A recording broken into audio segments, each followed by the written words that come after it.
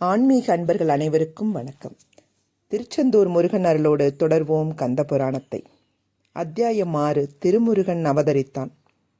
எம்பெருமானின் திருக்கல்யாணம் முடிந்த கையோடு அவரவர்கள் உல்லாசமாக தத்தம் இருப்பிடம் திரும்பினார்கள். ஆனால் தேவாதி தேவர்கள் மட்டும் அசுரர்களின் அச்சத்தினால் அஞ்சி நடுங்கி மேருமலையில் பதுங்கி வாடத் தொடங்கினார்கள். அமரேந்திரனுக்கு ஒவ்வொரு நாளும் ஒவ்வொரு யுகமாக கழிந்து கொண்டிருந்தது. திங்கள் பல தாண்டியும் இறைவனின் திருவருளால் தெய்வத் திருமகன் அவதரிக்காதது அமரனுக்கு அளவுக்கு மீறிய பயத்தை கொடுத்தது. திக்கு பாலகர்கள், அஷ்ட வசுக்கள், தவ முனிவர்கள் என்று தேவர்கள் ஒவ்வொருவரும் இதே சங்கடத்தில் மிதந்து கொண்டிருந்தனர். எந்த நேரம் எப்படி வருவானோ சூரன் என்ற பயம் அவர்கள் நிம்மதியை குலைத்து கொண்டிருந்தது. எல்லோரும் திரண்டெழுந்தனர். நான்முகன் திருமுன் சென்று தங்கள் துயரங்களை முன்வைத்தனர். பிரம்மதேவரே, இப்படி எத்தனை ஆண்டுகள் தான் இந்த சூரனுக்கு பயந்து கொண்டு வாழப்போகிறோம்? திருசடை பெருமானுக்கு திருமணமானால் திருக்குமரன் அவதரிப்பான், நம் துயரங்கள் அடியோடு அழிந்து போகும் என்று எண்ணினோம். அந்த எண்ணம் பெரும் ஏக்கமானது, துக்கமானது. ஈசன் நம்மீது இன்னும் கருணை கொள்ளவில்லை போலும். அதனால் நாம் ஈசனின் அந்தப்புறத்திற்கு எவரையாவது அனுப்பி நிலைமையை அறிந்து வர ஏற்பாடு செய்ய வேண்டும் என்று விண்ணப்பித்தான் தேவேந்திரன். தேவேந்திரனின் இந்த ஆலோசனை பிரம்மனுக்கு உசிதமாக தெரிந்தது. தூது அனுப்புவதுதான் சிறந்த வழி. ஆனால் தூதுக்கு யாரை அனுப்புவது என்பதுதான் பெரும் பிரச்சனையானது. எல்லோரும் சற்று நேரம் ஆழ்ந்து சிந்தித்தார்கள். அவரவர்கள் தங்களுக்கு தெரிந்த அபிப்பிராயங்களை சொல்லினர். அவை எதுவுமே ஏற்றுக்கொள்ளும் நிலையில் இல்லை. தேவேந்திரன் வாயுதேவனை அனுப்பலாம் என்று அபிப்பிராயப்பட்டான். எல்லோருக்கும் அது சரியெனப்பட்டது. மகாவிஷ்ணுவுடன் கலந்து ஆலோசித்து வாயுதேவனை தூது அனுப்பலாம் என்ற முடிவை ஒருமனதாக ஏற்றுக்கொண்டனர். தேவேந்திரன் ஞான திருஷ்டியால் வாயு இருக்குமிடம் அறிந்து தங்கள் முன்னால் வந்து நிற்கும்படி செய்தான். தேவேந்திரன் வாயுதேவனிடம், வாயுதேவா, உன்னால் ஒரு முக்கியமான காரியமாக வேண்டும் என்று பீடிகையுடன் பேசத் தொடங்கினான். இத்தருணத்தில் சங்கரனும் சங்கரியும் திருக்கையிலையில் மோகத்தில் இருக்கிறார்களா, இல்லை தவ மோனத்தில் இருக்கிறார்களா, திருமண இன்பத்தில் குதூகலம் பொங்க உல்லாசபுரியில் சல்லாபித்து வாழ்கிறார்களா, இல்லை ஞான மார்க்கத்தில் மூழ்கி யோகியர்களைப் போல் மோனத்தவத்தில் வாழ்ந்து வருகிறார்களா என்பதை அறிந்து வர வேண்டும். தேவேந்திரனின் அன்பு வேண்டுகோள் வாயுதேவனுக்கு பெரும் அதிர்ச்சியை கொடுத்தது. அமரேந்திரா, மன்மதன் சாம்பலானதை அதற்குள் மறந்து விட்டீர்களே.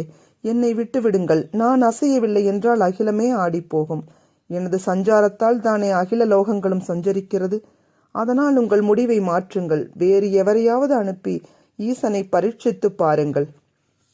வாயுதேவனின் மொழி கேட்டு பிரம்மதேவர் சற்று கடுமையாக, நீ அர்த்தமில்லாமல் பேசுகிறாய். மன்மதன் ஈசனின் யோக நிலையை மாற்ற முற்பட்டவன்.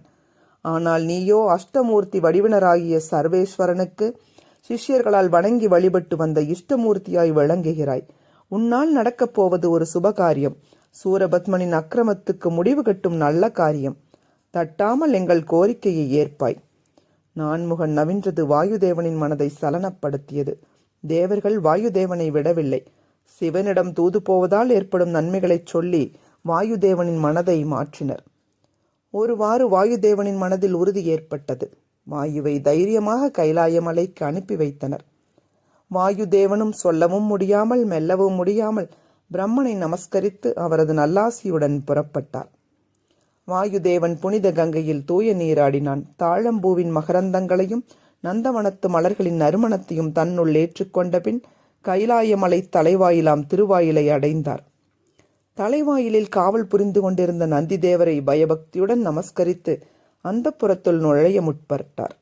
வாயுதேவனின் இச்செயலை கண்டுவிட்ட நந்திதேவர் சினம் பொங்க, வாயுதேவா, என் உத்தரவின்றி அந்த புறத்துள் நுழைவதற்கு முயன்ற குற்றத்திற்கு மன்னிப்பே கிடையாது என்று கனல் தெரிக்க கத்தினார். நந்தியின் சினத்தால் செயலிழந்து போன வாயுதேவன் மிகவும் வணக்கத்துடன், நந்திகேஸ்வரா, இப்பிழையை பொறுப்பீர்.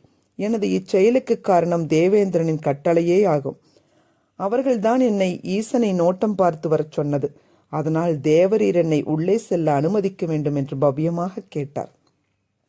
நந்திதேவர் கோபத்தில் ஹூங்காரம் செய்தார். வாயு மயக்கம் வரும் நிலையை அடைந்தார்.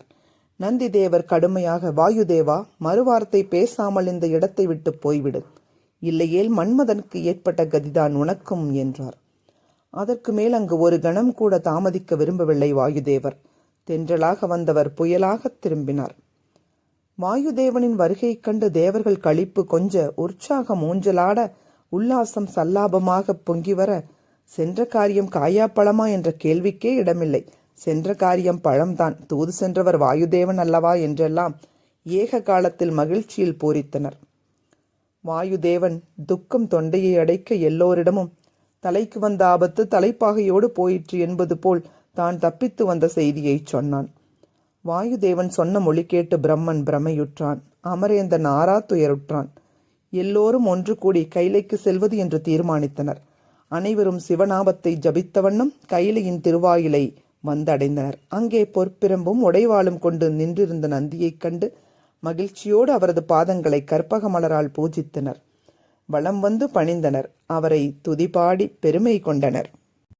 கந்தன் அருளோடு தொடர்வோம் கந்த புராணத்தை.